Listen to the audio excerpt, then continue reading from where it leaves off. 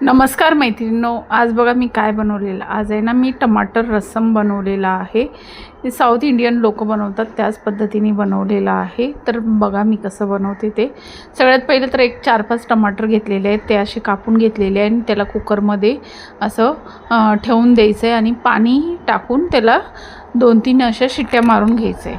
कारण आहे ना टमाटर एकदम असं गाळा झाले पाहिजे त्याच्यासाठी.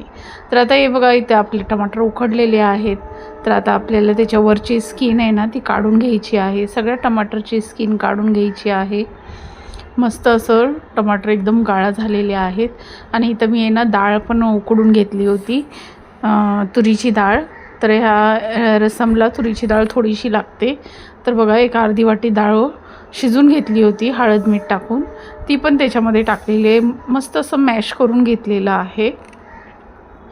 आणि आता ह्याला आहे ना आपण एक दुसऱ्या भांड्यात काढून घ्यायचं आहे.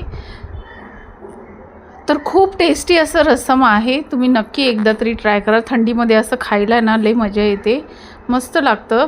आता याच्यामध्ये मी मीठ टाकलेलं आहे. आता इथं आपल्याला आहे ना रस्सम मसाला बनवायचा आहे.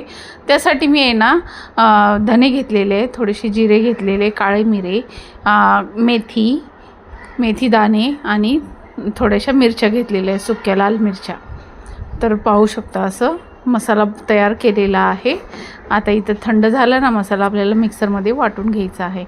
तर मिक्सरमध्ये वाटताना त्याच्यामध्ये थोडंसं मीठ टाकलेलं आहे आणि काश्मीरी लाल मिरची पावडर टाकलेली, थोडीशी हळद टाकलेली, कारण आपल्याला त्या मसाल्याचा कलर खूप छान येतो. त्याच्यासाठी मी थोडासा मसाला, मीठ आणि हळद टाकलेला आहे. तर पाहू शकता इथं आपला मस्त मसाला तयार झालेला आहे. किती सुंदर असं झालं आहे बघा. आता आपल्याला 2 चम्मच एवढा मसाला त्याच्यामध्ये टाकून घ्यायचा आहे. आता बाकीचा मसाला तुम्ही नंतर कधी रसम बनवलात ना त्याच्यामध्ये वापरू शकता.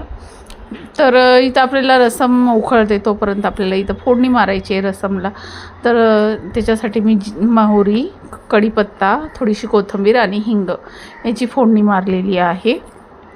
तर तडतडीत अशी फोडणी मारून आपल्याला त्या रस्सममध्ये टाकायचं आहे.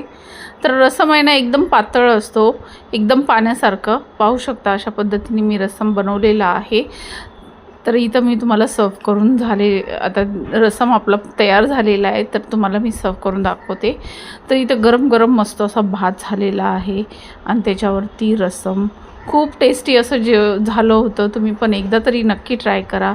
माझी ही रेसिपी आवडली असेल तर लाईक, शेअर, सबस्क्राईब करायला विसरू नका. कमेंट करून सांगा की मला रस्सम बनवायला जमला की नाही. तर बघा पाहू शकता खूप छान असा बेत झालेला. या तुम्ही पण खायला रस्सम आणि गरम गरम भात, खूपच टेस्टी असा. चला तर मग बाय.